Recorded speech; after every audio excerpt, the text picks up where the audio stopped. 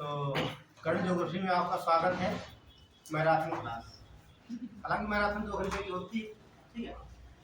तो देखिए ये सब लिखा है नाटो,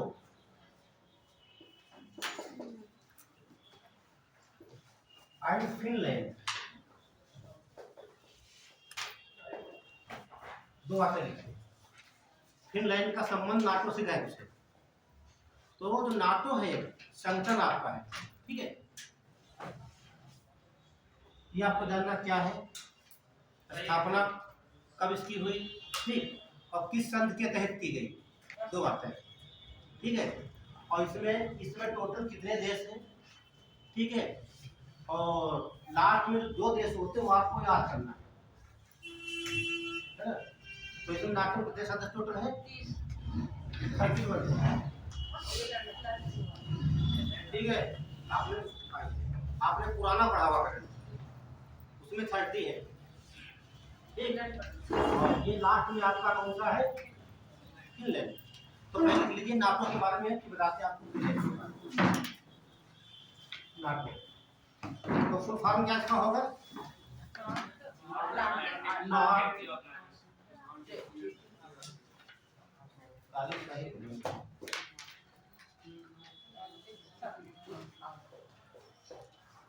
नॉर्थ अटलांटिक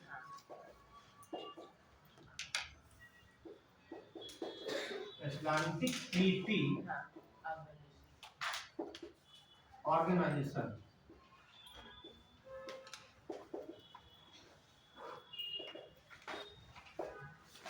ठीक, फुल फॉर्म। और इसकी स्थापना की बात करेंगे, सब बच्चे पढ़ कर आए होंगे, कब हुई, नहीं मजा नहीं है नहीं, पूरा बताइए। कैसे पूछा आपका जन्म कब हुआ, क्या बताओगे, 1990, 12 महीने होते हैं, ये सब ध्यान रखना बात है। यूपीएससी क्या पूछेगा, सीधे पूछेगा गणित का होगा। देखिए इन कथनों विचार कीजिए, पूछेगा नाटो संगठन की स्थापना 4 अप्रैल 1950 को की गई,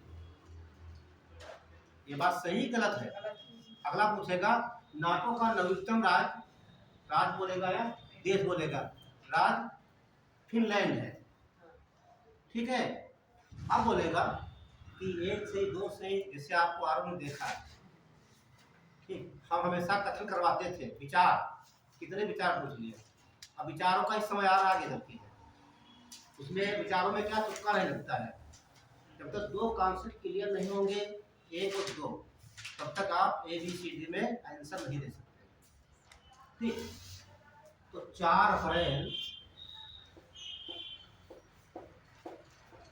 1949 को इसकी स्थापना कहाँ हुई,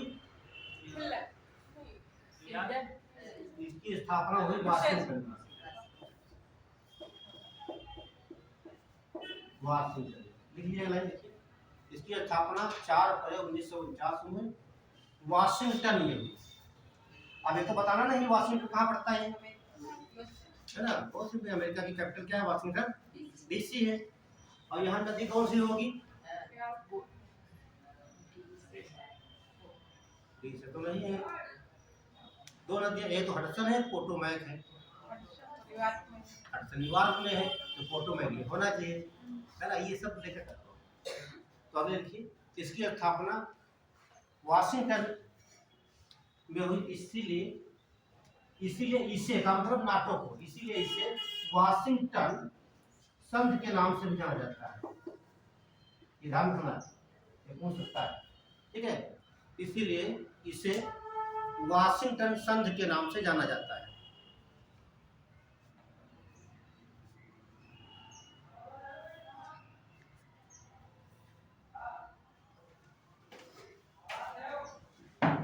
ये बात हो गई। अगली जो इंपॉर्टेंट बात है, ये है क्या, ये तो बच्चा बताएगा, एक सैन्य संगठन है। वेरी गुड, ठीक है, एक सैन्य संगठन है। लिखिए नाटो एक राजनीतिक, ये लाइन ध्यान रखना, नाटो एक राजनीतिक और सैन्य संगठन है।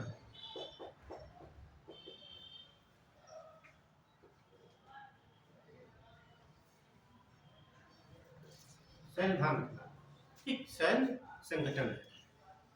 तो सवाल ऐसे पूछ सकता है, तमाम ऑर्गेनाइजेशन दे देगा, पूछे इसमें किसका संबंध सैन्य से है ना, तमाम दे देगा। ये बात हो गई। अगली बात आती है जो फिनलैंड है, ठीक। तो 4 अप्रैल, ध्यान रखना, 4 अप्रैल 2023 को, ठीक, 4 अप्रैल 2023 को फिनलैंड, 4 अप्रैल 2023 को फिनलैंड नाटो का 31वां सदस्य बना।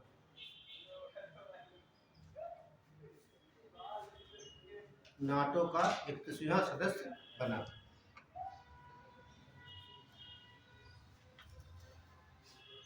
तो एक बात और आपको दिला है, क्योंकि भूगोल से संबंधित हमारा करंट है, जो भी होगा उसका संबंध भूगोल से ही होगा।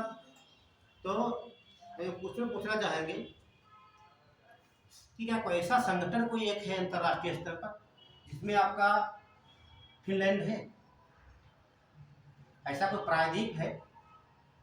कोई ऐसा प्रायद्वीप का नाम बताइए जिसका जैसे अरब प्रायद्वीप है, कतार, सऊदी अरब सब हो जाता है, ईरान तक हो जाता है। पूछा भी गया था, आपका अरब प्रायद्वीप का कोई सा देश नहीं है, आया था आरोप में, ऐसे पूछेगा इस बार जो बताने जा रहे हैं आपको।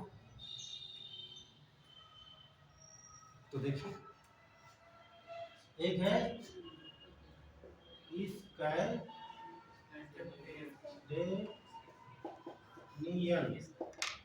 देश, ठीक, प्रायद्वीप,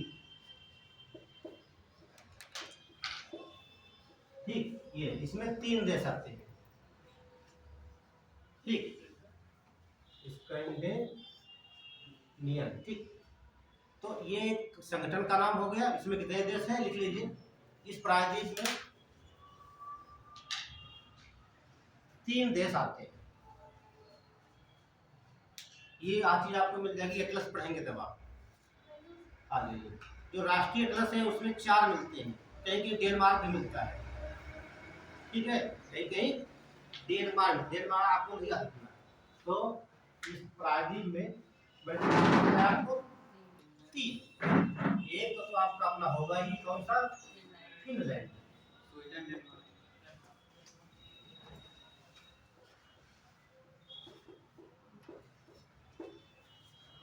फिनलैंड हो गया, ठीक। मैंने अभी बताया कि जब एटलस देखेंगे उसमें 4 देश मिलते हैं, उसमें दिखाता है डेनमार्क, जबकि डेनमार्क नहीं है, ठीक। अगला दूसरा आपका हो जाता है नॉर्वे, तीसरा आपका है स्वीडन। तो ये 3 देशों इस प्रायद्वीप में आते हैं। सवाल ऐसे पूछेगा, करंट का सवाल हो गया, इस प्रायद्वीप से संबंध हो गया। अब ये पूछ सकता है, ये तो राजधानी आपको पता होगा पहले से, बताइए जो तो है। कोई बच्चा है जिसको राजधानी ना मालूम स्वीडन की, क्या है? ऐसा मत कहना, नहीं आता है। 63 किसकी होगी? आपकी नहीं होगी। हाँ, जो घर टीचर अच्छा कैसे सब पढ़ाए भूगोल, आपको राजधानी भी नहीं मालूम है ना। स्टार्ट हो नॉर्वे की,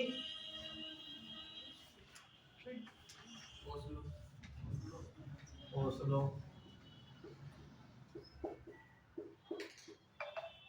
और ये हेलसिंकी।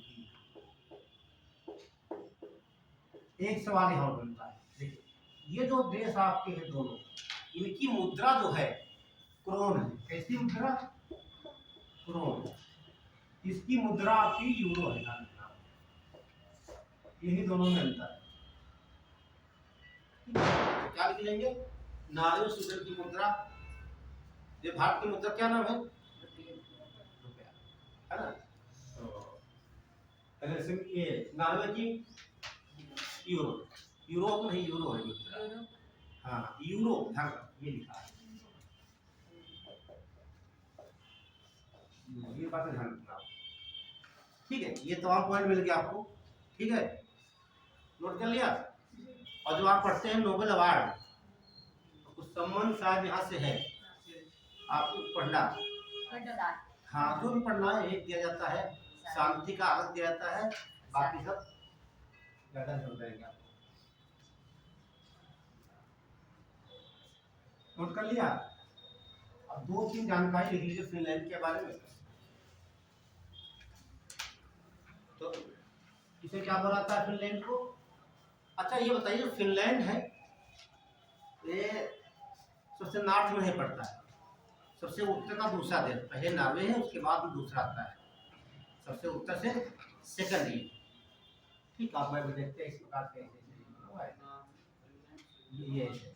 ये आपका नॉर्वे होता है, ठीक, और ये आपका फिनलैंड है, ठीक, और इधर आपका पड़ता है फ्रांस पड़ता है, ध्यान रखना। तो ये फ्रांस के कब्जे में था, तो आ जाइए रूस को लीजिए, ये कहा था रूस के कब्जे में। तो ये स्वतंत्रता किससे मिली होगी? उससे मिली होगी। और बनता है देश आपका ये है फिनलैंड, ठीक है, स्वतंत्र किससे हुआ? अगला बनता है यहाँ झीलें बहुत, जैसे क्या बोलते हैं?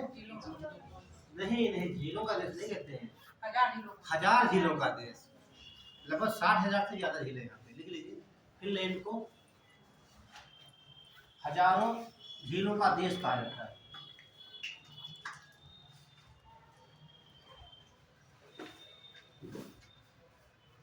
फिनलैंड को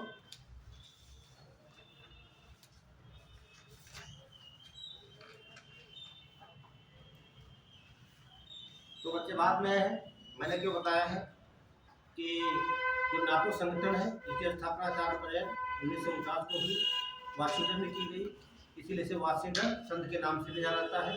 ठीक, इसमें प्रेजेंट टाइम कितने सदस्य हैं? 31 है। जो आपका लास्ट में है वो आपका फिनलैंड की राजधानी, लोकेशन सब याद कर लेना। सवाल यूपीएससी पूछेगा, इसी क्लास में पूछ लेगा, जो आप सोचते नहीं वहाँ से।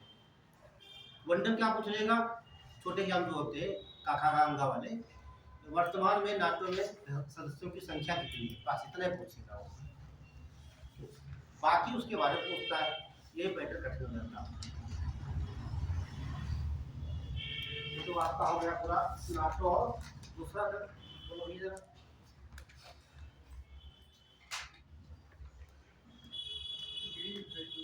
हाँ लिख लीजिए, ग्रीन, ठीक है, राष्ट्रीय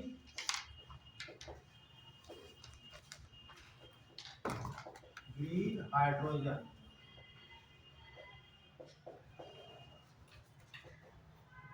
मिशन।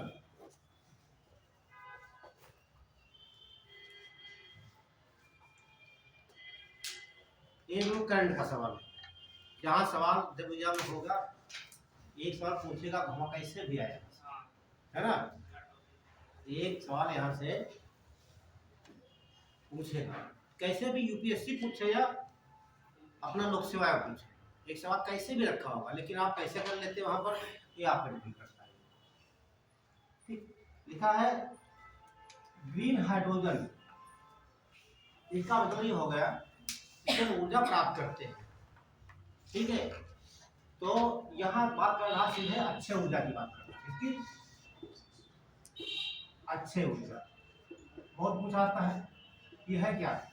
इसे नवीकरणीय लिखा जाता है, नवीकरणीय ऊर्जा लिखा जाता है। नवी का मतलब होता है जिससे हम नई ऊर्जा प्राप्त कर सकते हैं, नई नहीं बार बार, है ना। नई का मतलब क्या होता है?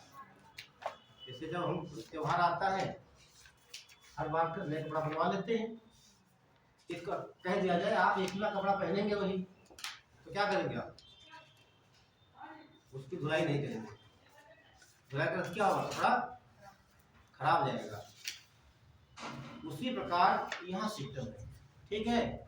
ऐसी एनर्जी जिसको बार बार प्रयोग कर सकते हैं, तो उसे क्या बोलेंगे? अक्षय ऊर्जा या हाँ नवीकरणीय। ठीक, नया हम बार बार बनाते रहेंगे। ठीक, लेकिन जो पुराना है उसे हम नया नहीं बना सकते। जैसे पढ़ते हैं आप, जीवाश्म ईंधन की बात करते हैं। जीवाश्म ईंधन दो प्रकार के होते हैं। एक तो हमने कोयला देखा होगा, दूसरा पेट्रोलियम। पेट्रोलियम का मतलब जब हमारी पृथ्वी लाखों वर्ष पहले उपलब्ध तो रही होगी, जो पेड़ पौधे दब गए ऑक्सीजन की अनुपस्थिति में, ठीक, तो वहां बन गया कोयला। और जो जीव जंतु दब गए, ठीक, ऑक्सीजन की अनुपस्थिति रही, वह इनसे क्या बन गया।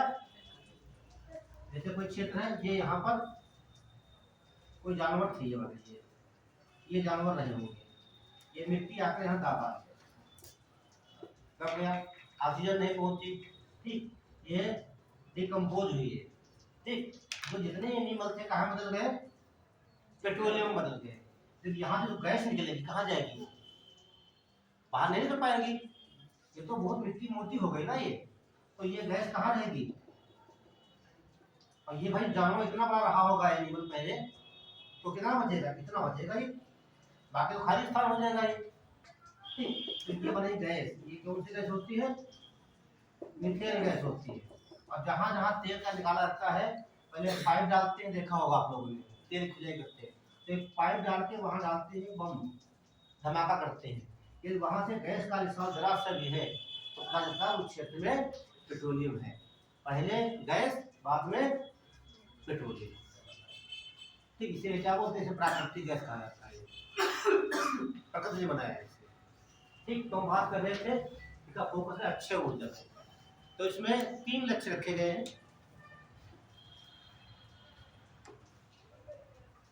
भारत सरकार के जो लक्ष्य हैं कितने हैं, 3। एक तो लक्ष्य है 2030 तक, जो भारत सरकार ने लक्ष्य रखा 2030 तक, जो बिजली उत्पन्न करेंगे, कौन सी, नवीकरणीय ऊर्जा, ठीक, वो 125 गीगावाट। कहने का मतलब, ठीक, जो भारत सरकार है 125 गीगावाट बिजली कब, ये अक्षय ऊर्जा कब तक, 2030 तक प्राप्त कर लेगी। जब इतनी प्राप्त कर लेगी ऊर्जा ये, ठीक है, तो आगे लिखिए कौन सी ऊर्जा, ये ध्यान रखना, अक्षय ऊर्जा, या इसे बोलते हैं नवीकरणीय,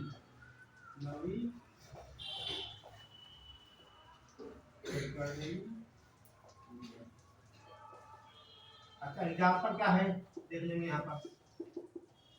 सवाल सीधे देता है, जानते क्या देगा, निम्नलिखित में कौन सी नवीकरणीय ऊर्जा का स्रोत है।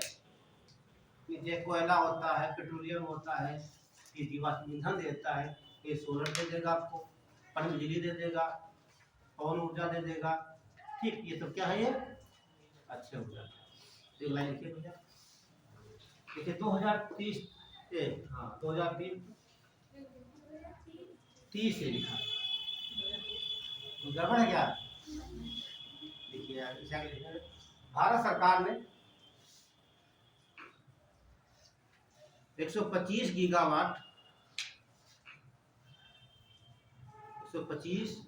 गीगावाट अक्षय ऊर्जा या नवीकरणीय ऊर्जा का लक्ष्य रखा है।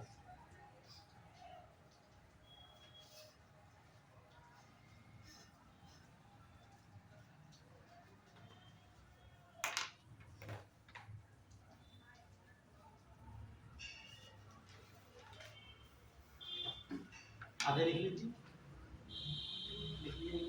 नवीकरणीय या अक्षय ऊर्जा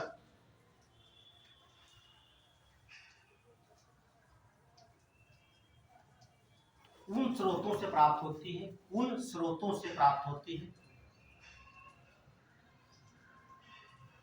जिन्हें हम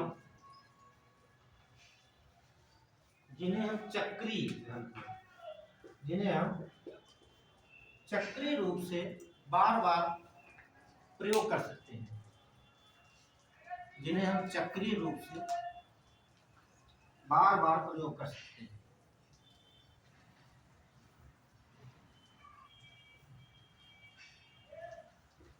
जैसे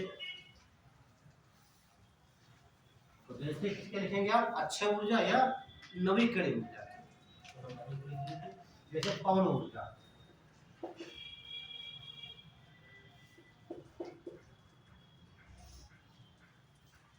आप लोगों ने पढ़ा होगा छोटी किताब में पवन चक्की, है ना, पढ़ा होगा।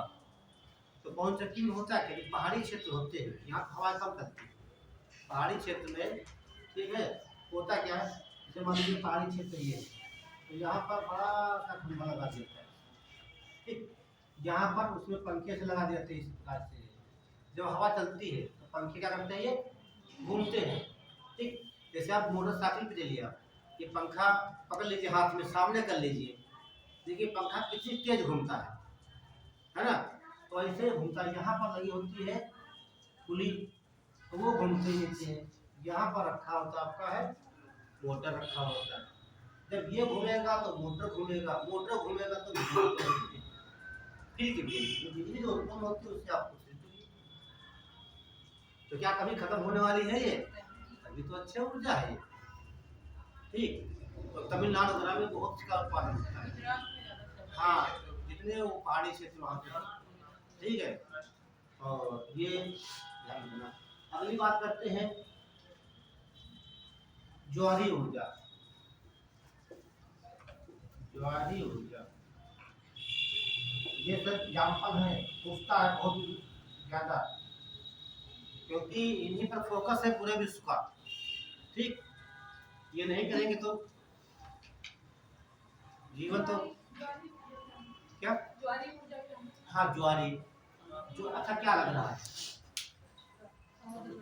हाँ नहीं, ये देखिए शब्द विच्छेद करिए, ज्वार मतलब जोर से, है ना, क्या है, जैसे मान लीजिए भारत है, ये क्या है, हिंद अरब सागर है, बंगाल, ठीक। आपको बता पढ़ाए होंगे ज्वार भाटा ड्रेस से पढ़ाए, ज्वार भाटा, ज्वार भाटा, तो इसमें ज्वार मतलब जोर से, है ना।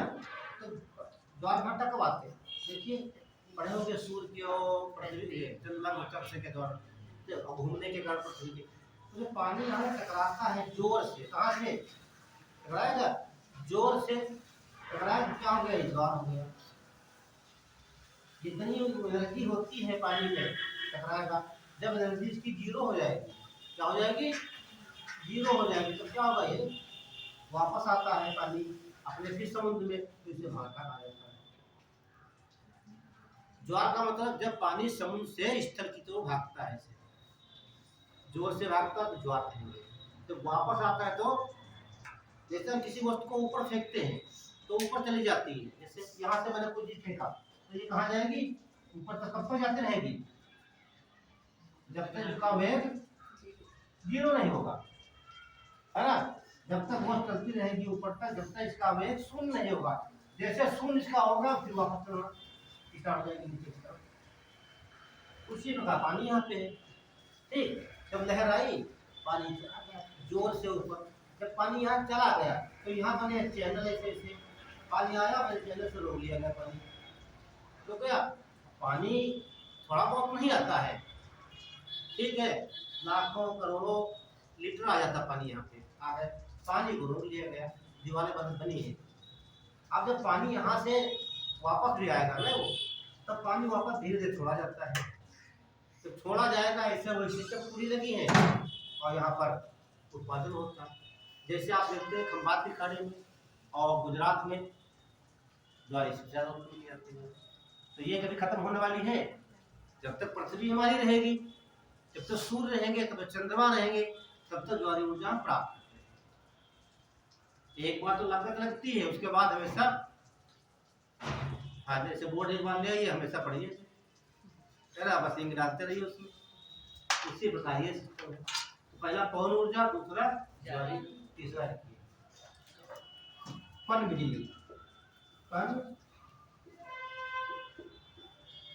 पन बिजली, पन का मतलब पानी, पन बिजली योजनाएं जो होती हैं पानी से बिजली बनती है। पानी कैसे बनेगी? वो करंट मार देगी। करंट कैसे मारेगी? हाँ सुन लीजिए, जैसे जब योजना पढ़ाते आपको है तमाम नदियों में बांध बनाया जाता है, जैसे भाखड़ा नागर बांध और महानदी कौन सा बना है? हीराकुंड बना है। तमाम गांधी साहब बताए होंगे आपको, ये चंबल नदी पड़ते हैं चार, है ना, टिहरी बांध है, तो टिहरी ले लेते हैं। तो टिहरी का ऐसा मान लो कोई नदी इधर से आ रही है, नदी पानी आ रहा होगा, तो यहाँ पर सीधा वैसे बांध बना देंगे, बीच नदी बना देंगे, ये हमारा बन गया डैम बना दिया। पानी को यहाँ पर हम रोक देंगे। अब पानी इधर, ये नदी है, पानी इधर नहीं जा सकता है, जो पानी हमारा आ रहा है इसको मैं रोक दिया। जब पानी रुकता रहेगा, पानी आता काफी ऊंचाई से आता है, तो यहाँ पर हमें मोटी मोटी दीवार बनानी पड़ेगी ताकि पानी बाहर ना भागे। ठीक, जब पानी ज्यादा हो जाएगा, भर जाएगा, तो प्रेशर ज्यादा हो जाएगा यहाँ पर। अब यहाँ पर लगाई जाती है टरबाइन, इस पानी को नीचे गिराने के लिए यहाँ लगी टरबाइन। ठीक, और टरबाइन जब घूमती है वह मोटर घूमता है, मोटर से तार। अब टिहरी डैम देखिए, भारत का सबसे बड़ा डैम, लगभग 8 से 9 राज्यों को बिजली दे रहा है। उत्तराखंड का टिहरी जो बात करते हैं, और सबसे ऊंचा भी कितना है? 260.5 मीटर ऊंचा टिहरी। बना कहाँ पे है? किस नदी पर? भागीरथी और तेलंगाना के संगम पर बना हुआ है। संगम क्यों बना है? मान लीजिए एक नदी यहाँ पर होती है और यहाँ मिली होती नदी है, तो बांध कहाँ बनाते हैं हम लोग? बांध यहाँ नहीं बनाते हम, बांध ऐसा बनाते हैं कि दोनों पानी यहाँ मिल जाए। अब यहाँ बनाने का मतलब नहीं है, पड़ जा रहा है, बांध यहाँ बनाएंगे, दोनों का पानी इसमें मिल जाए। ठीक, तो पर बिजली इसमें कोई खर्चा आपका हो रहा है? हमेशा पानी आता रहेगा, ठीक है। और बिजली, अब यहाँ निगेटिव ले लीजिए आप,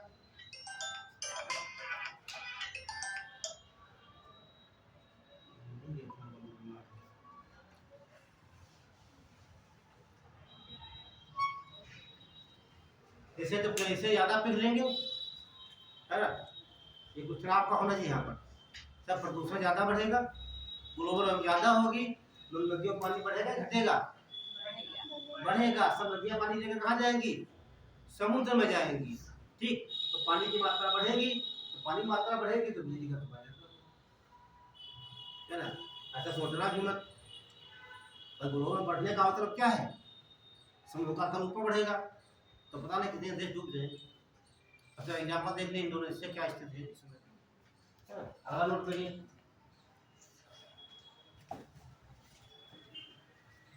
सबसे पॉपुलर सबके घर में लगभग होगा ग्रामीण क्षेत्र में, सोलर सिस्टम है, सौर ऊर्जा।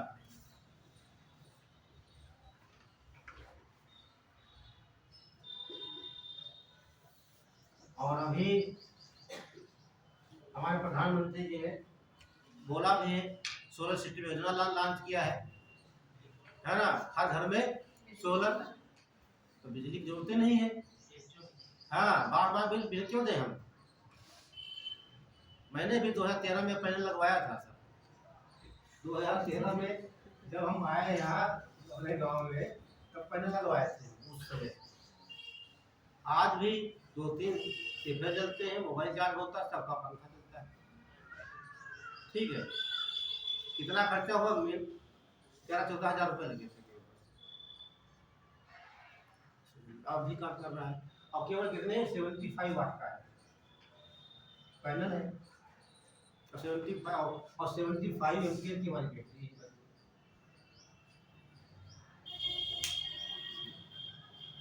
अब आपने 200 वाट का लगा लेंगे तो पूरे घर का मोहल्ले वाले भी चमकेंगे, है ना, कोई खर्चा नहीं। ठीक है, बार बार झंझट बिला रहा, इतना रहा, कमा रहा, ज्यादा रहा, अब कोई प्रदूषण भी नहीं, है ना। तो गवर्नमेंट ने योजना लॉन्च की है, आप लगवाना चाहते लगवा लीजिए, कुछ बहुत अनुदान मिल रहा है उसमें, बहुत बड़ा प्लान है ना। इस समय भी लॉन्च किया, कितने करोड़ घरों के अंदर जो है कि सोलर सिस्टम लगाए जाएंगे। 1 करोड़, हाँ 1 करोड़ घरों में। ठीक है, बेच भी सकते हो भाई, लगा दीजिए, बड़ा बेचिए, गाँव सबको दीजिए, फ्री में जलाइए, शादी ब्याह फिर जला देना और क्या। तो ये लिख लेना है। इसमें सोलर सिस्टम में होता क्या है, बता दें तो आप लिख लीजिए। तो ये आपका, आपने प्लेट देखी ऐसे लगी होती है ना, तमाम कंपनियों की होती है। तो बताइए जरा, अशोक, ये किसकी बनी होती है? ये अर्धचालक की बनाई जाती है। हाँ, सेमीकंडक्टर, जैसे सिलिकॉन और जर्मेनियम, लिख लीजिए आगे। सोलर प्लेट है,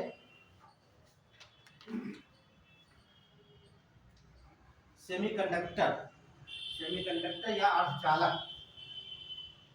सेमीकंडक्टर या अर्धचालक, ब्रैकेट में लिख लेना, सिलिकॉन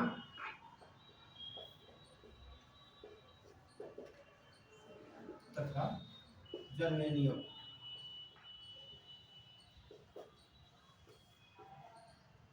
की बनी होती है।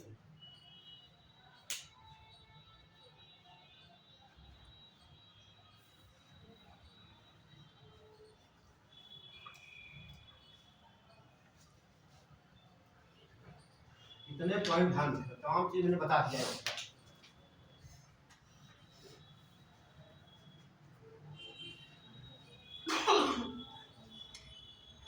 दूसरा लक्ष्य रखा गया है 2047। एक लक्ष्य आपका है 2030, दूसरा लक्ष्य 2047। इसमें क्या कहा गया है?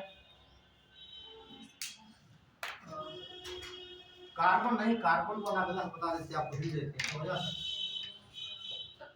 2070 है कार्बन वाला है।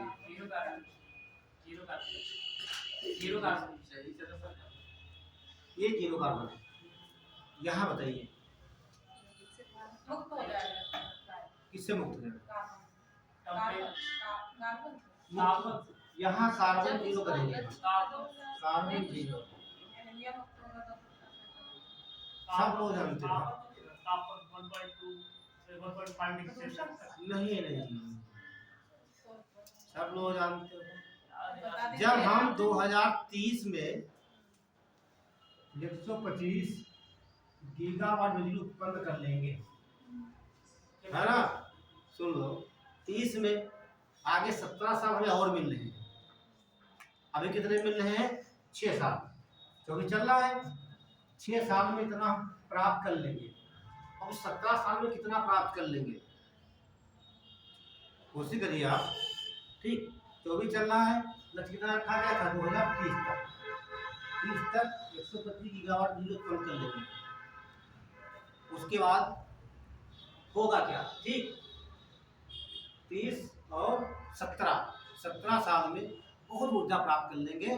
तो भारत हमारा है ऊर्जा, क्या बोलते हैं, हमारा भारत जो है ऊर्जा स्वतंत्र राष्ट्र बन जाएगा।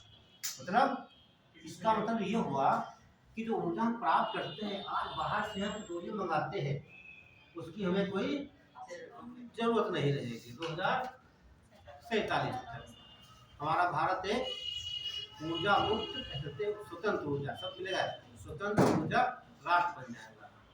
सब स्वतंत्र है, किसी की जरूरत नहीं की आपको। उससे होगा क्या?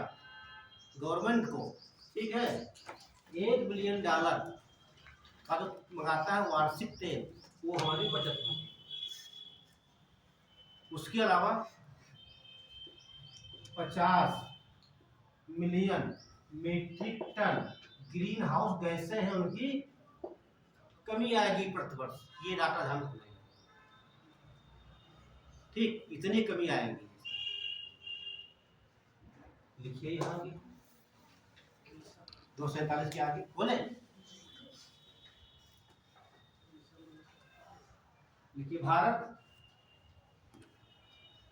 ऊर्जा स्वतंत्र राष्ट्र, ऊर्जा स्वतंत्र राष्ट्र बनने का लक्ष्य रखा गया है।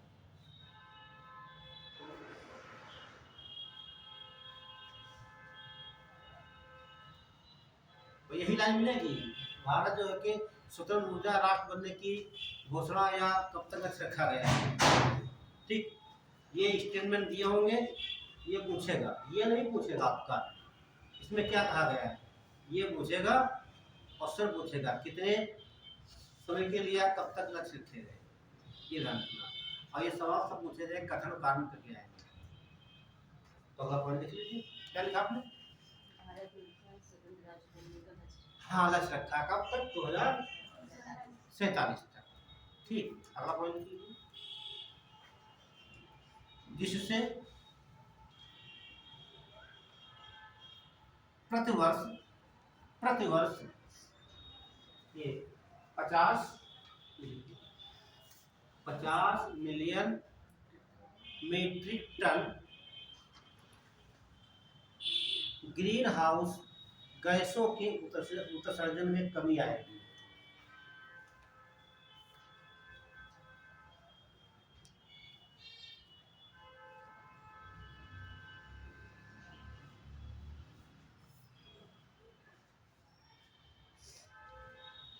अब जब कमी आ रही है, किसकी कमी आ रही है? ग्रीन हाउस गैस में। आपको बताया था कितनी गैसें होती? 6। ठीक ही बताई थी मैंने। कौन सी थी बताइए? ग्रीन हाउस गैसों की ट्रिक।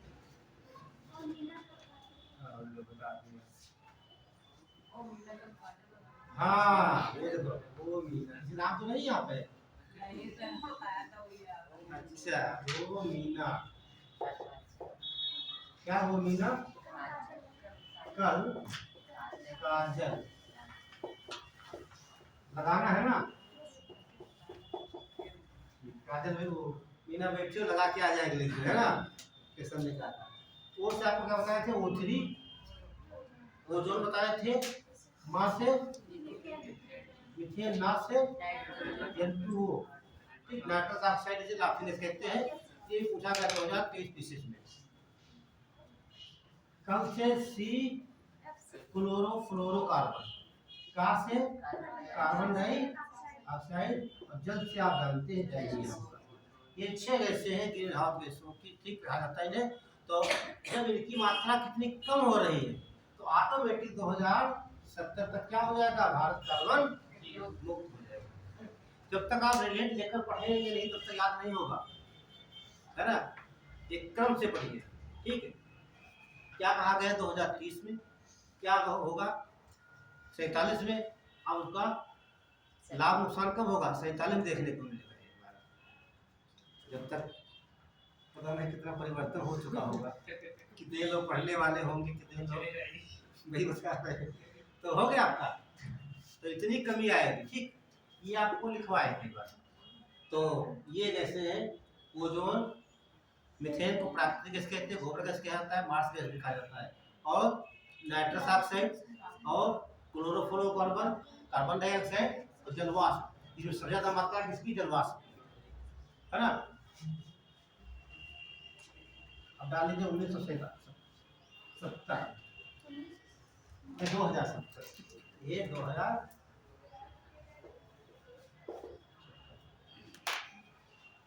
आगे लिखिए कार्बन मुक्त, या इससे मिलेगा नेट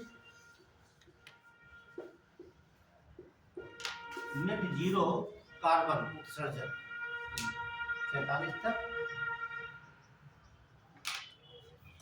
कार्बन उत्सर्जन का कितना हो जाएगा? 0 हो जाएगा। कहने का मतलब उस समय पेट्रोलियम और डीजल की कीमतें कितनी होंगी? बहुत डाउन होंगी। ठीक है, जैसे हमारे जो पूर्वज देखते थे उसमें दो रुपये 3 रुपये लीटर मिलता पेट्रोलियम, जब कोई लेगा ही नहीं है ना? अभी आप देख रहे हैं कितना सोलर सिस्टम, कितना सीएनजी में चलने लगी है, पर डीजल कहाँ प्रयोग होता है? डीजल की बात करें, ट्रेन का काम खत्म कर दिया गया है, लगभग खत्म ही है, सब इलेक्ट्रिक कर दी गई है। सब जगह खपत कहाँ होती थी? ट्रेन में।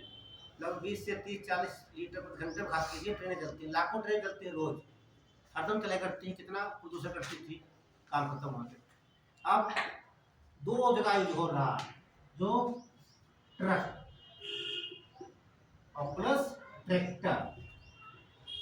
तो किसान लोग जो है ट्रैक्टर में डाल रहे हैं, फिर जुताई कर रहे हैं डीजल से, और बसें भी लगभग सीएनजी की आ गई है ज्यादा। हाँ, ट्रैक्टर भी आ जाएंगे, तो ये डीजल कौन लेगा?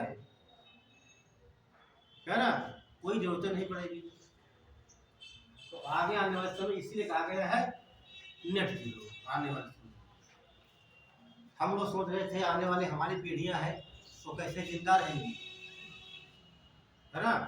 लेकिन इतनी नवीकरणीय ऊर्जा ने कितना रास्ते खोल दिया आप लोगों के लिए, है ना।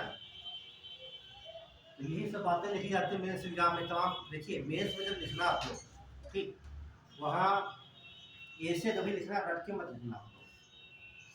किसी का लिख कर आएंगे आपको बाकी नहीं होगा। वो क्या जानना चाहता है, आपकी उस टॉपिक संबंधित सोच कैसी है, क्या जानते हो उसके बारे में।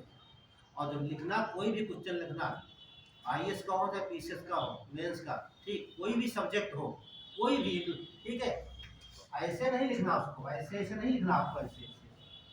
तो कोई पॉइंट यहाँ डालने वाला है, यहाँ डाला, फिर भूल गए आप, वो यहाँ डाल दिए और दूसरा यहाँ डाल दिए, ठीक। तो आपको जैसे सीढ़ी बनी होती है, बस ऐसे चलिए, लिखते जाइए क्रमबद्ध, ऐसे लिखते जाइए सीधा ऐसे, और लास्ट में आपको कहाँ आना है, वहीं उतराना, बस इस प्रकार से आपको लिखना है, तभी मार्किंग अच्छी होती है। और जितने बच्चे मेंस में लिखते हैं सब सही लिखते, गलत कोई नहीं लिखता है।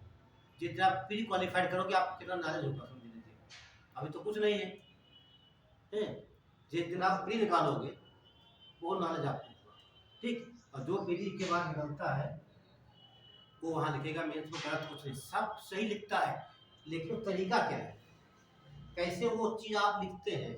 भाई एक विषय तो हम टीचर होते हैं, कोई भूगोल कैसे बताता है, तो आप तरीके होते हैं तो समझ में आता है, वो बढ़िया पढ़ाते हैं सर, वहाँ दूसरा ही आते हैं कानपुर से, है ना, तो बढ़िया पढ़ाते हैं, तो ऐसे समझ में आ जाए अपनी विचार हम ही सब देखा है। तो वैसे ही अगर कोई याद करें कि आप कोई चीज़ सिस्टम ढंग से नहीं याद करें तब तक वो आपको याद नहीं होगा, तुरंत याद होगा, बाद में भूल जाएगा। चलिए ध्यान लीजिए, तो 2070 तक भारत का लक्ष्य रखा गया है नेट जीरो कार्बन उत्सर्जन, ठीक है। तो ये बात हो गई आपकी ग्रीन।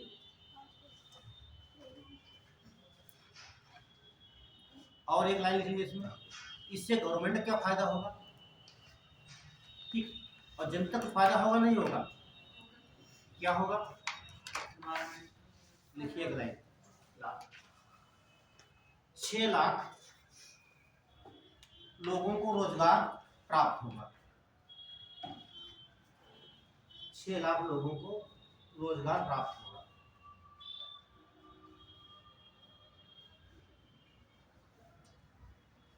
ये लाइन करना है, ठीक। चलिए अगला बताइए भैया कौन सा है।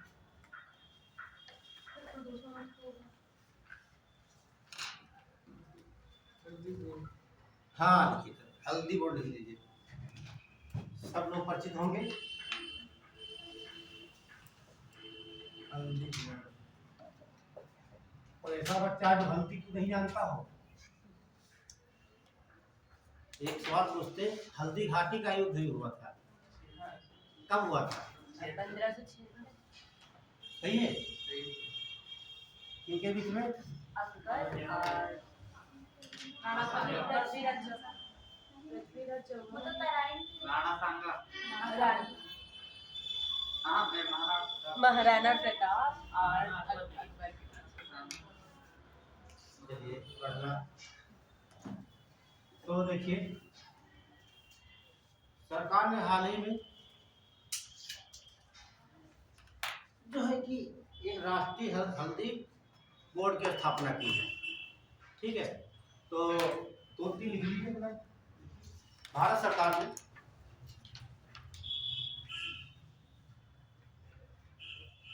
राष्ट्रीय हल्दी बोर्ड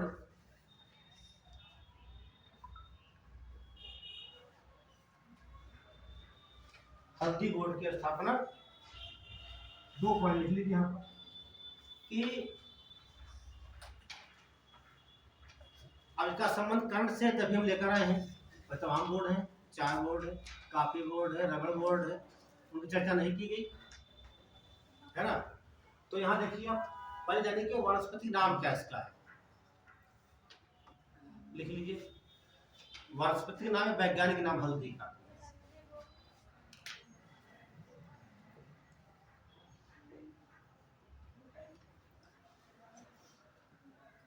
बताइए भैया।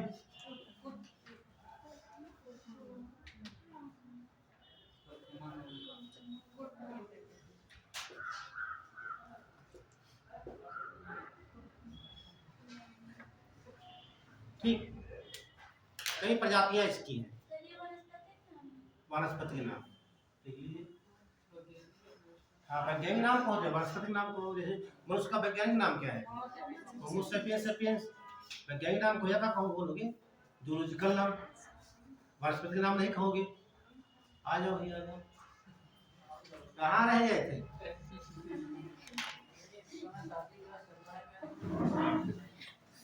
चलिए, कोई बात नहीं। तो ये बात हो गई। अगला चर्चा में इसलिए रहा है, लिख लीजिए।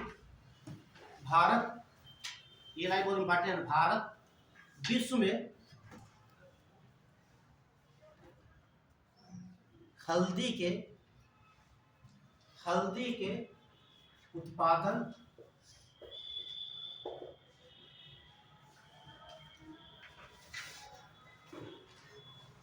निर्यात और खपत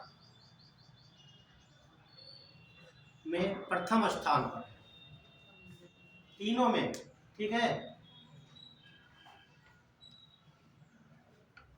तो उपभोग करने में सबसे ज्यादा विश्व में हल्दी कहाँ खाई जाती है?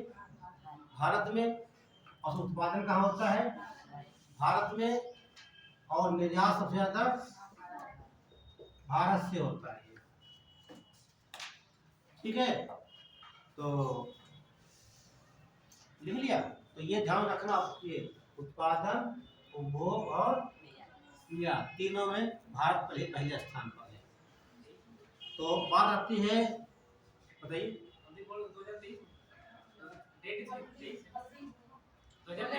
हाँ, 23 में। ठीक, ये हाँ 23 के आंकड़े बिल्कुल है वाले। ठीक है, करंट का बता रहे 23 का, लिख लीजिए। 23/2000। नहीं, ये डाटा मतलब 2023 में डाटा बदलते रहते हैं, ये है ना। हालांकि ये नहीं बदलेगा। ठीक है, लगभग 75% है इसका। ठीक, तो कहाँ कोई दिखा पाएगा? आई नहीं पाएगा। तो 2023 की बात करेंगे। भारत विश्व में प्रथम स्थान पर है हल्दी के उत्पादन में, उपभोग करने में और निर्यात करने में। ठीक है, लगभग विश्व का 62% निर्यात करता है। ठीक है, अगला देखिए यहाँ पर। तो सबसे ज्यादा हल्दी होती कहाँ भारत में है? नहीं, आप सही क्या बोले, महाराष्ट्र में, फिर तेलंगाना में, फिर हमें लग रहा था कि कर्नाटक होना चाहिए। कर्नाटक के बाद तमिलनाडु, लिख लीजिए। ठीक, कर्नाटक, फिर तमिलनाडु। तो ये ध्यान रखना, ये महाराष्ट्र में सबसे ज्यादा हल्दी होती है भारत की। अगला पॉइंट लिख लीजिए। तो जो हल्दी का पौधा है कैसा है? हम ये तो नहीं पूछे कि तना है कि जड़ है, कैसा है? ये औषधि पौधा है, औषधि पौधा है और उष्णकटिबंधीय है, लिख लीजिए। यही ऐसे पूछेगा एग्जाम में। ठीक है, हल्दी का पौधा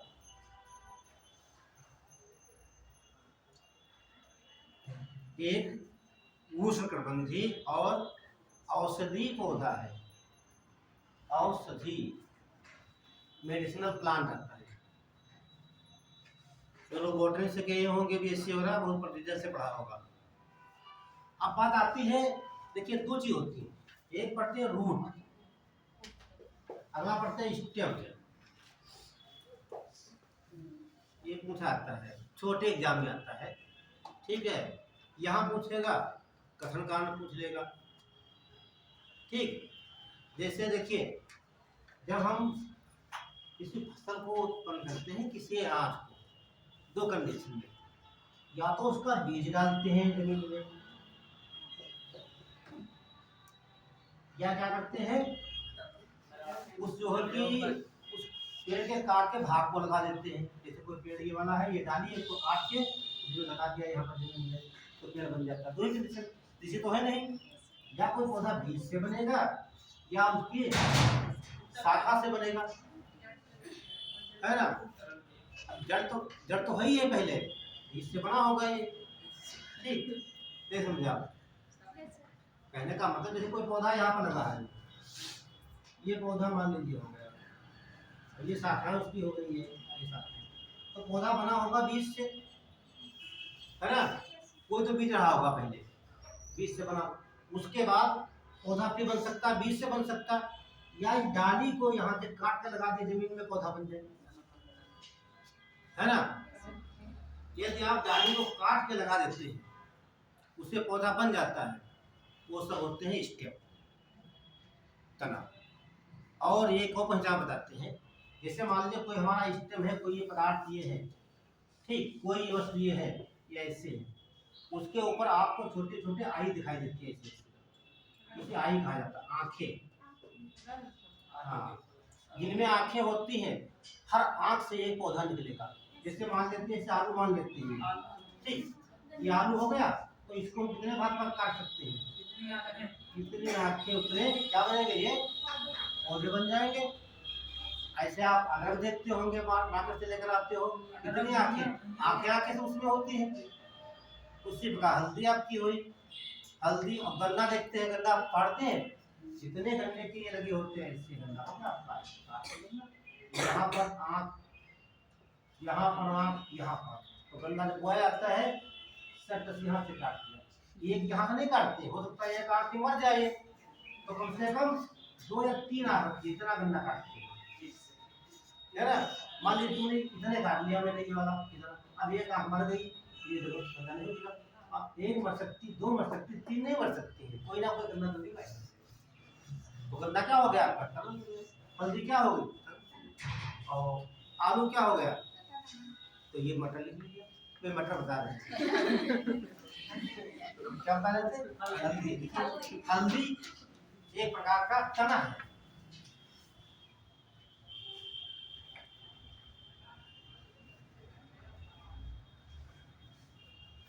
देखिए, जब बात आती है कि साइंस की, आपको साइंस से मिलाकर भूगोल बता देते हैं, तभी आपको आनंद आ जाता है ना। क्यों भूगोल के टीचर होते हैं। हाँ, सब बोटनी का भैया, मैंने बहुत डिटेल से पढ़ रखा है, बीएससी में सीखा ठीक है, ठीक है। तो जब बात आती है तो हम बता देते हैं आपको। हाँ, देखिए, आपको हम जोड़ देते हैं भूगोल से, कभी साइंस में, कभी साइंस से भूगोल।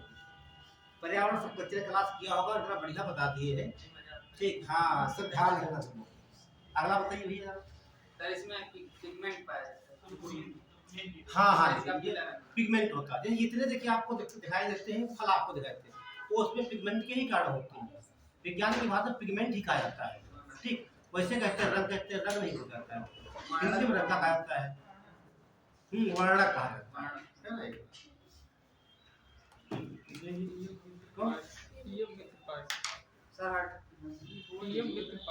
और कौन कौन दिया है, पीएम लिख लीजिए पहले, पीएम, पीएम, पीएम मित्र पार्ट, ये इंपॉर्टेंट है, ठीक। यहाँ सवाल रखा मिलेगा आपको। हाँ, तो कोई बता सकता है, या ऐसे मिलेगा आपको, पी एम मित्र पार्ट, ठीक है। ये पीएम मित्र पार्ट जो है, ठीक, तो मतलब पी मीन्स प्रधानमंत्री, एम मीन्स प्रधानमंत्री हो गया, एम मीन्स क्या होगा, मेगा,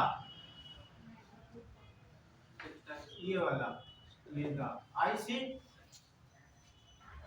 इंटीग्रेटेड, इंटीग्रेटेड, और टी से टेक्सटाइल, याद आ गया होगा ना, टेक्सटाइल, टेक्सटाइल। आर से रीजन, एंड अप्रैल, इसका फुल फॉर्म ध्यान रखना, ठीक है। मतलब टेक्सटाइल विकास के लिए पीएम किसान पीएम मित्र एक पार्क योजना लागू की गई प्रधानमंत्री के द्वारा, इसमें इनको विकसित किया जाएगा, इतनी टेक्सटाइल कंपनी, ठीक। तो इसके लिए भारत सरकार ने 7 राज्यों को चुना, फिर राज्यों को बस यही पूछेगा इसमें से कौन सा राज्य नहीं, तो लिख लीजिएगा यहाँ पे इस प्रभाव में लिखिए भैया।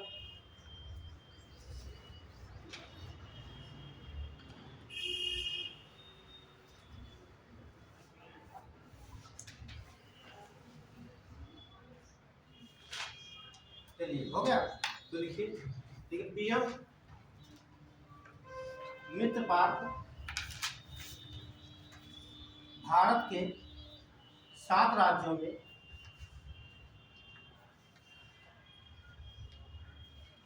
7 राज्यों में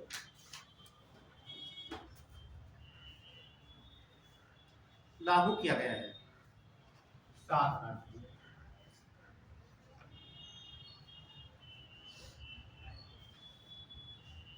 इसका लक्ष्य क्या रखा गया है?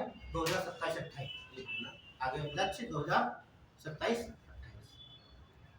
तो देखिए पहला तो हम देखते हैं, सबसे पहले जहाँ रहते हैं हो जाएगा यूपी पड़ोस वाला, एमपी, फिर महाराष्ट्र, गुजरात, कर्नाटक, तेलंगाना,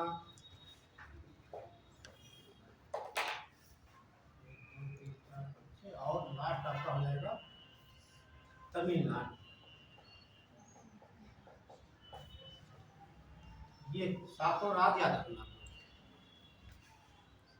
लिख लीजिए लाइन से, लिख लिया। अब ही आपको काटना पड़ेगा, जैसे मैंने लिखा ऐसे लिखना। अब उत्तर प्रदेश में कहाँ?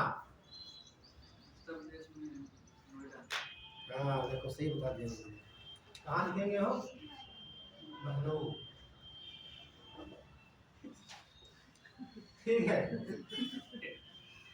ये और एमपी में धार जिला, धार जिला का नाम सुना है तो बताएगा इसके बारे में। धार जिला क्यों प्रसिद्ध है? हाँ हाँ, नदी का उद्गम स्थल, माही नदी का उद्गम स्थल है, माही नदी। वो महू चंबल बता रहे हैं आप, माही का उद्गम स्थल कहाँ है? विंध्याचल पर्वत श्रेणी जो है, ये धार जिला पड़ता है मध्य प्रदेश। यहाँ से निकलती है माही नदी, कर्नाटक का दोगा काट के 580 किलोमीटर रहने के बाद ये खंबात खाड़ी में हुई है। याद आया सब कुछ? डायग्राम बना हुए होंगे, हो गया। और क्या बताया? महाराष्ट्र का अमरावती, अमरावती, अमरावती, ठीक है, लिख लो। तेलंगाना है इसमें क्या? ये वारंगल है, वो अमरावती नदी भी है, ठीक। अब आपने देखा कि खीरी, लखीमपुर बात करते हैं, लखीमपुर का सीतर यही क्या है, उत्तर प्रदेश में भी है। अब वहाँ आसाम में भी है ना।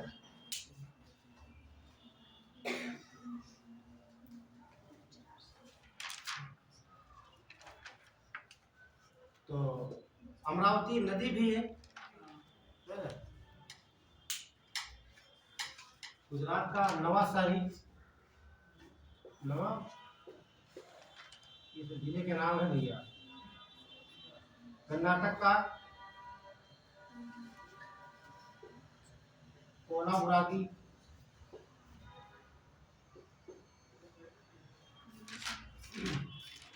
ये बता है आपका तमिलनाडु का।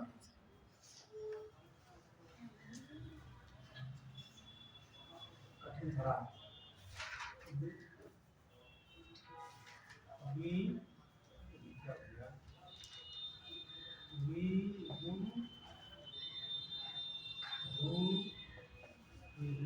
नगर, ये सही लिख लेना आपको, नगर।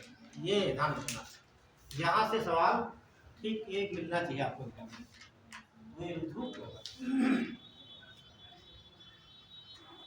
ये एक तो आपको राज्य ध्यान रखना है, 7 राज्य ये कौन कौन? तमिलनाडु, उत्तर प्रदेश, मध्य प्रदेश, महाराष्ट्र, गुजरात, कर्नाटक और तेलंगाना राज्य की। और ये कौन कौन जिले हैं ये ध्यान रखना, और यूपी वाला अपना लखनऊ में। ठीक, तो वृद्धनगर या वृद्धनगर, ठीक, और लखनऊ, धार, अमरावती महाराष्ट्र, गुजरात में, नवासारी जिला कर्नाटक में, कोल्हापुर की तेलंगाना में, वारंगल जिला, ये ध्यान रखना है। बढ़िया आगे इसका लक्ष्य जो रखा गया है विकसित करने के लिए 2027 हटा दे से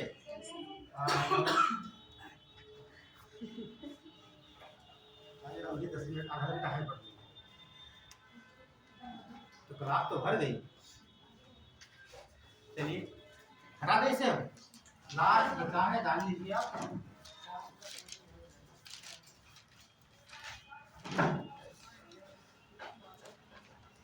चलिए क्या लिखेंगे लास्ट में, बोलो जरा। हाँ, विपर्जय चक्रवात,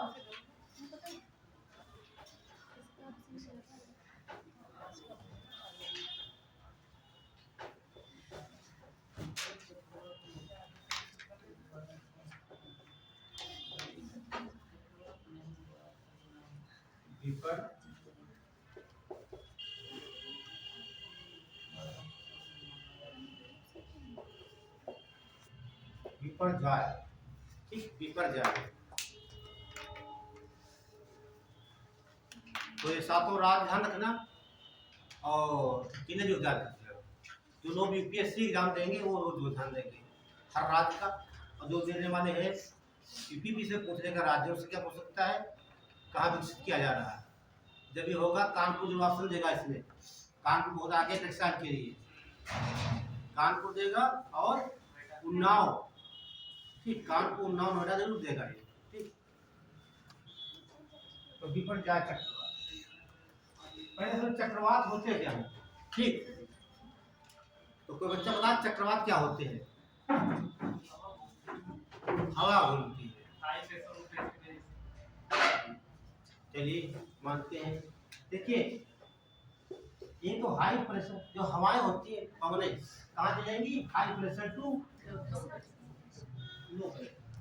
मान लीजिए यहाँ पर दाब की बात करें तो यहाँ 1080 मिली बार दाब है, ज्यादा हो गया।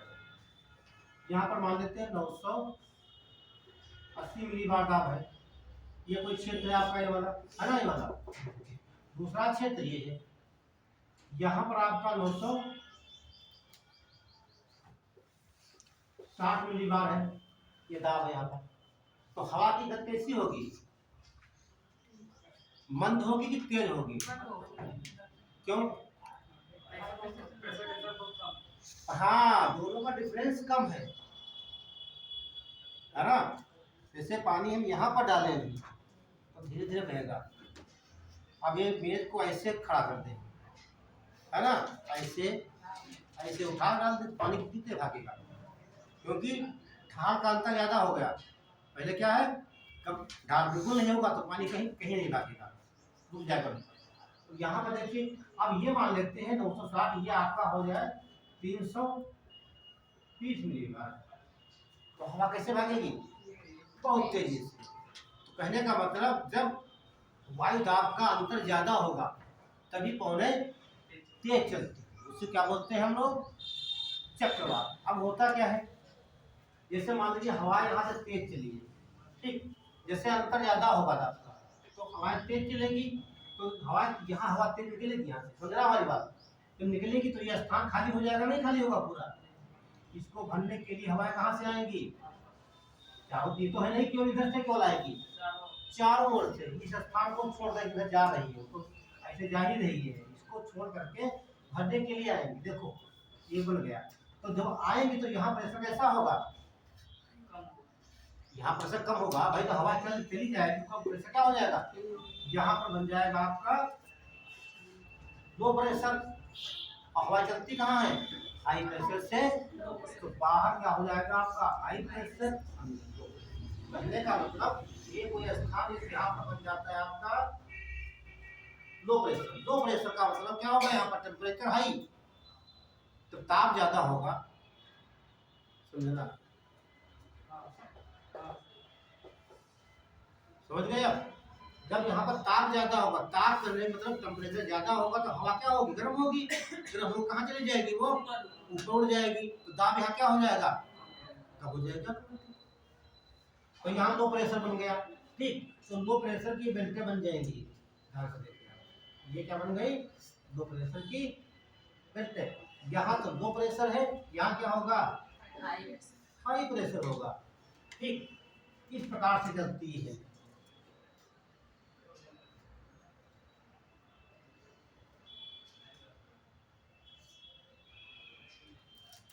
हाँ सुनिए, हाँ कैसे चल रही है, ऐसे चल रही है ना, ये बात सही है। ये कौन सी दिशा घड़ी की है, एंटी क्लॉकवाइज। ये मैंने बनाया है उत्तरी गोलार्ध, ये आपका नॉर्थ उत्तरी गोलार्ध में जितनी आपके चक्रवात आते हैं तो घड़ी की दिशा के विपरीत, यानी कि एंटी क्लॉकवाइज। तो ये कुछ पूछा आता, बहुत अक्सर आता है कि उत्तरी गोलार्ध में चक्रवात की दिशा क्या होगी, उत्तरी गोलार्ध में चक्रवातों की दिशा एंटी क्लॉकवाइज होगी। आप देख भी रहे हैं ऐसे बनाते जा रहे हैं। तो यहाँ हाई प्रेशर, बीच में लो प्रेशर बनता है। जहाँ पर समझ में बोलते हैं, समझ में नहीं आ रहा है, हाथ खड़ा करके, ठीक है। अब यहाँ मान लेते हैं 900, ये 1010 मिलीबार है, यहाँ क्या होगा 900, कम होता चला जाएगा, यहाँ पर 940 होगा, यहाँ पर 920 होगा, ठीक। ये कहने का मतलब दाब घटता जा रहा है, तो चक्रवात में केंद्र का दाब कम और परिध का दाब ज्यादा, ऐसे कह सकते हैं।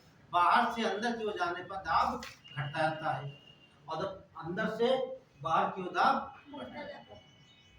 अभी तो हवा है, टकराएंगे आपस में, ये आपस में टकराते इससे है, ऐसे टकरा कर सीधे ऊपर चली जाती है आसमान, ठीक है। तो ये चक्रवात की बात थी। तो एक लाइन ये लिख लिया चक्रवात के बारे में। ये आपका क्या हो जाएगा, इधर को चक्रवात कैसे घूमेगा, चक्रवात हो गया। इधर कैसे घूमेगा आपका क्लास। एक लाइन से बना लीजिए आप, ये उत्तरी गोलार्ध आपका हो जाएगा,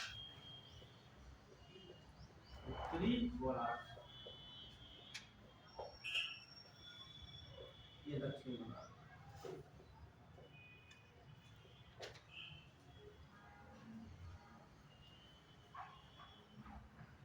और जो आपको मैंने नोट्स दिए हैं, मिले आपको, फोटो कॉपी लाए हो कोई लोग, हाँ, तो उसमें क्वेश्चन नंबर 30 आप देख सकते हो, 30 क्वेश्चन नंबर, ठीक है, मिल जाएगा आपको। लेकिन मुझे पता नहीं था कि ऐसे फोटो कॉपी होगी, इसलिए मैंने कोई डायग्राम उसमें नहीं बनाया। टीचर ने बताया था कि इसका टाइपिंग होगी, टाइपिंग के बाद बच्चों को दिया जाएगा, तभी मैंने कोई डायग्राम नहीं बनाया। क्वेश्चन नंबर 30 देख लीजिए आप, 30 नंबर, ठीक है। क्वेश्चन क्या था बताओ, बोलो, पढ़िए क्वेश्चन। नहीं नहीं नहीं, पूरा सवाल पढ़िए पहले, देखो हम पढ़ते हैं ध्यान से। हाँ, सवाल देखिए, सही उत्तर का चुनाव कीजिए, कथन कारण वाला। तो पहला लिखा है चक्रवात उत्तरी गोलार्ध में एंटी क्लॉकवाइज नहीं आते हैं। देखो क्या लिखा है, पहला लिखा है, ये पर लिखा है चक्रवात उत्तरी गोलार्ध में एंटी क्लॉकवाइज नहीं चलते हैं, लिखा है ना।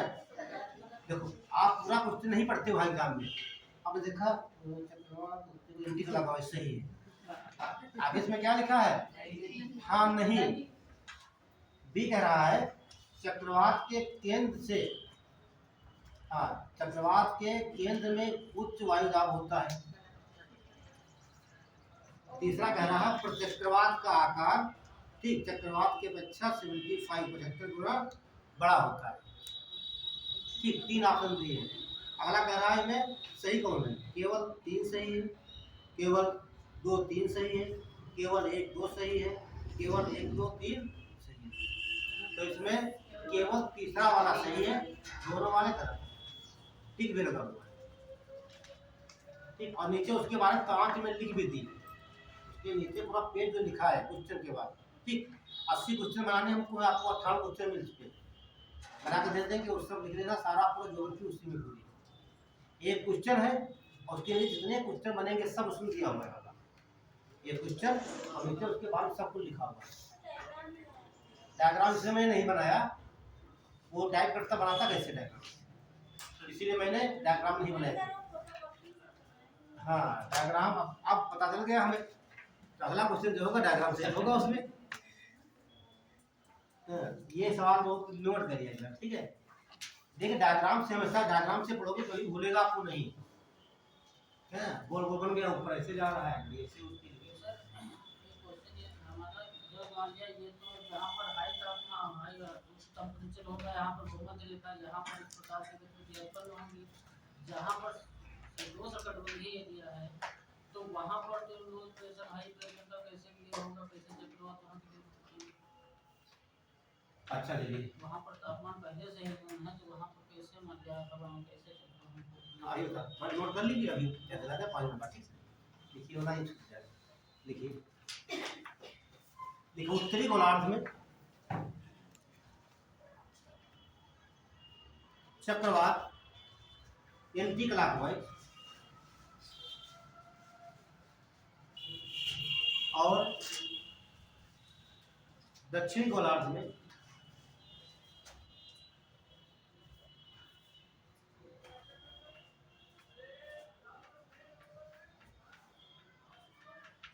क्लॉकवाइज आते हैं। देखिए समझने की कोशिश करो यहाँ से, उत्तरी गोलार्ध में चक्रवात एंटी क्लॉकवाइज और दक्षिण गोलार्ध में चक्रवात क्लॉकवाइज, घड़ी के दिशा के विपरीत, घड़ी की दिशा के अनुरूप या समरूप। ये ध्यान रखिए। अगला पॉइंट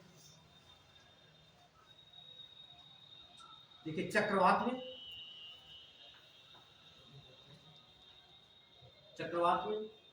बाहर से अंदर की ओर जाने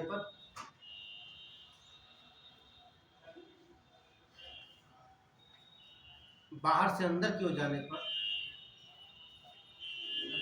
वायु दाब घटता जाता है।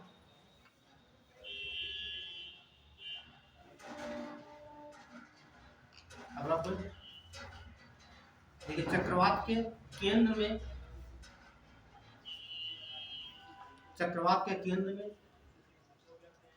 न्यूनतम दाब और परिधि और बाहर निकलना, परिधि या बाहर उच्चतम वायु दाब होता है।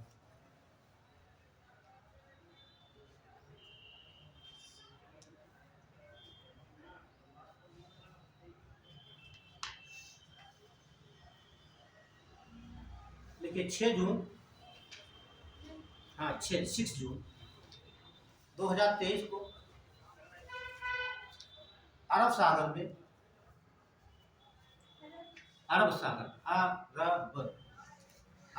में एक चक्रवात उत्पन्न हुआ जिसका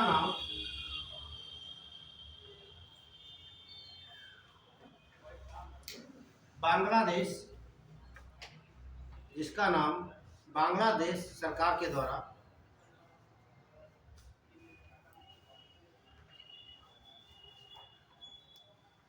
क्या लिखा है सर? हाँ, ये लीजिए विपर जाय रखा गया है।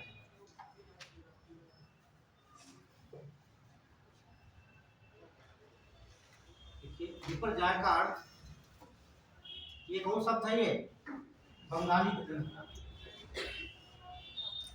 भाषा का शब्द है। ऐसा है, बंगाली भाषा का शब्द है। इसका अर्थ होता है आपदा या काला मिट्टी। आपदा, ये विपर्यय क्या है? बंगाली भाषा का शब्द है जिसका अर्थ क्या होता है? आपदा या काला मिट्टी। CALAMITY, काला मिट्टी। अब एक सवाल आपके दिमाग में चल रहा होगा बहुत तेजी से, ये चल रहा होगा, ये हमारा है भारत, चलना भी चाहिए, और ये आपका है बांग्लादेश, है ना? और तूफान आया कहाँ है? अरब सागर में आया है ना? तो ये चक्रवात है, कौन सा गोलार्ध है? आया है उत्तरी गोलार्ध है। तो कैसे आया होगा ये?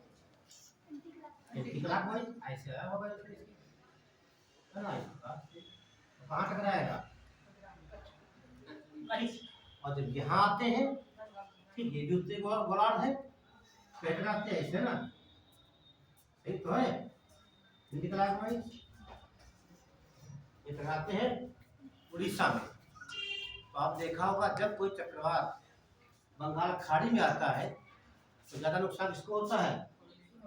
और यहाँ किसको हो रहा है? आप एक बार, हमारा कहने का मतलब ये है कि बांग्लादेश यहाँ पर है, नाम इसने क्यों रखा?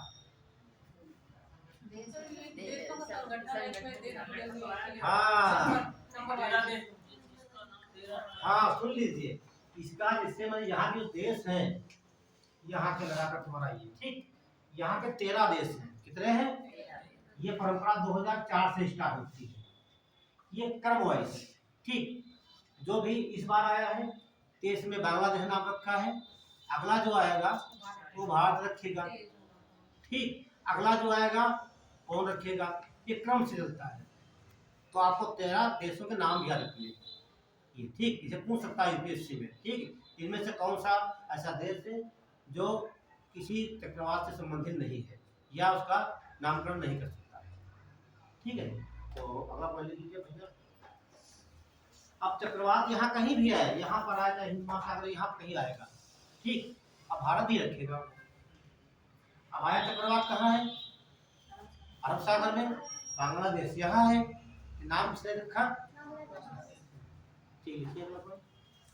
देखिए चक्रवात का नामकरण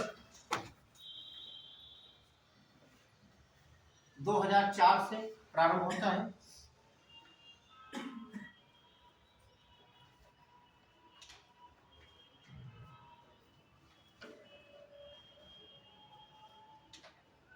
देखिए चक्रवात के नामकरण के लिए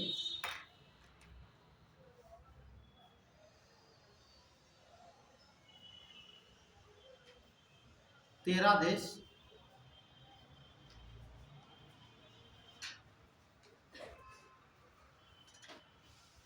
का एक संगठन है, 13 देशों का लीजिए, 13 देशों का संगठन है जो क्रमानुसार नामकरण करते हैं।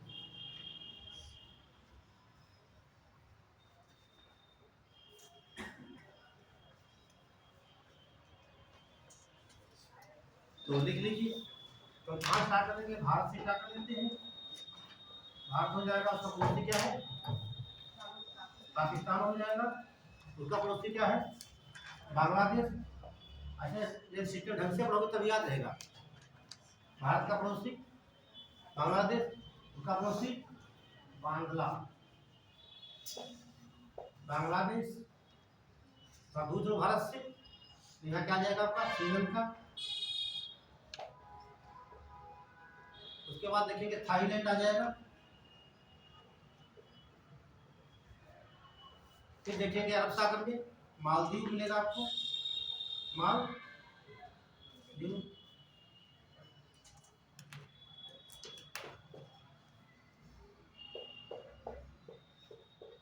ये 6 देश इधर हो गए। अब उधर आ जाइए यूएई, मतलब जानते हैं आप? हाँ, कतर, सऊदी अरब,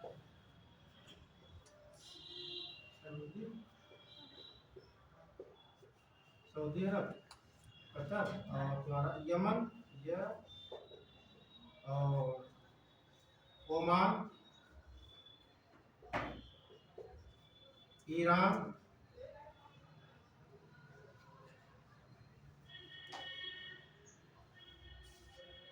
कितने हो गए? 12। एक दो कौन है? ये ईरान तक हो गया, पाकिस्तान, चीन नहीं होते। कौन? मॉरिशस नहीं। Bharat, Pakistan, Bangladesh, Thailand, Maldives, Qatar, Saudi Arab, Yemen, Oman, Iran और नहीं, भूटान नहीं। आ जाएगा भी नहीं, वो आ जाएगा। हाँ, म्यांमार घूम रहा है ना दिमाग में, कहाँ चल रहा है? Myanmar, Burma.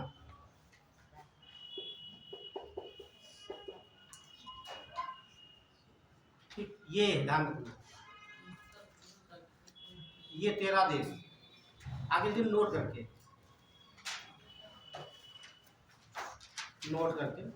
ठीक। तो अब कौन सा माह चल रहा है? मार्च चल रहा है। ठीक, कहने का मतलब जो 6 जून को आया था ये, अब 6 जून के बाद जो भी आपका इस क्षेत्र में अरब सागर में, बंगाल खाड़ी में, हिंद महासागर जो भी तूफान आएगा उसका नामकरण भारत करेगा। हाँ, हो चुका है। क्या नाम रखेगा वो? तेज रखेगा। एक शर्त और होती है, इनका नामकरण जो होता है वो 8 अक्षरों से अधिक नहीं हो सकता है। ध्यान रखना, ये नहीं इतना लंबा बना दे, पढ़ने की समस्या है। वो ध्यान रखते आपको एग्जाम देना है ना? तो लिखिए, बोले अगला चक्रवात, आगे ब्रैकेट में लिख रहा है तो हाँ, जून 2023 के बाद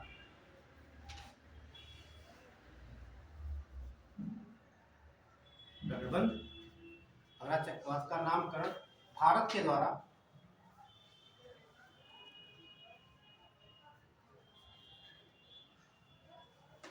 रखा जाएगा। चक्रवात का नाम क्या होगा? हाँ, नहीं, तेज होगा। एक पॉइंट लीजिएगा।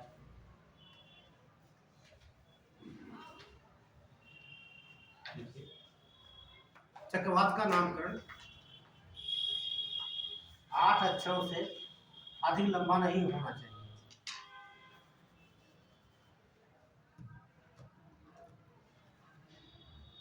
अब यूपीएससी सवाल यही से घुमा देता है, तो आप मुझे नाम कहीं क्या है, अक्षर से क्या मतलब है ना?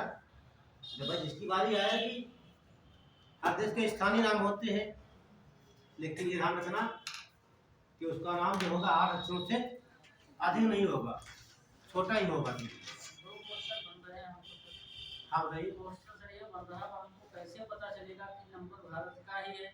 अगली बार तब कैसे पता चलेगा कि साइड है पूरा उसका? वो देखिए, हमारा कहने का मतलब कि देश अगर क्रमबद्ध तरीके से होंगे तभी ये क्लियर हो पाएगा। नहीं, ये क्रमबद्ध से नहीं लिखा है।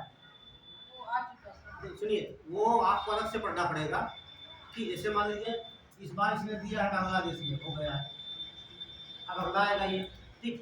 अब जो अगला होगा उसके ऊपर डिसाइड कर दिया कौन रखेगा। हाँ, सब 13 होने के बाद नंबर फिर से आएगा, ठीक है? ध्यान, ये कोई खास बात नहीं है। अब आने वाला है, कब आए? 2 साल बाद आए ना आए, अगर आएगा तो ही कभी ना कभी। और एक बात बता दें आपको, ज्यादातर जो है कि तूफान आते हैं। टाइम तो हो गया है, लेकिन अब गुरु जी का सवाल भी रहा जा रहा है, सराय नहीं हुआ है। ठीक है। फ्रेडी, हाँ वो आता मेरे घर से पास में थोड़ा सा। ठीक है, तो समय तो कम है, लेकिन दो तीन की बताने वाले थे। ठीक, कितने महाद्वीप आप सुन लीजिए, जितने महाद्वीप हैं, कितने 7 महाद्वीप हैं। जितने महाद्वीपों का पश्चिमी हिस्सा आप देख लेते हैं मरुस्थल है। कैसा है? मरुस्थल है। और पूर्वी जो है मरुस्थल नहीं है किसी महाद्वीप का। तो होता मैंने आपको बताया है, जैसे मान लीजिए आप ये आपका बंगाल खाड़ी तो यहाँ से आएगा, जब उत्तरी गोलार्ध में कोई घूमेगा ये एंटी क्लॉकवाइज है, तो कहाँ टकराएगा? टकराने का मतलब यहाँ आंधी पानी साथ में है, बहुत पानी होता है, तो फिर टकराता तो यहाँ क्या होगी? यहाँ पर बरसात होगी।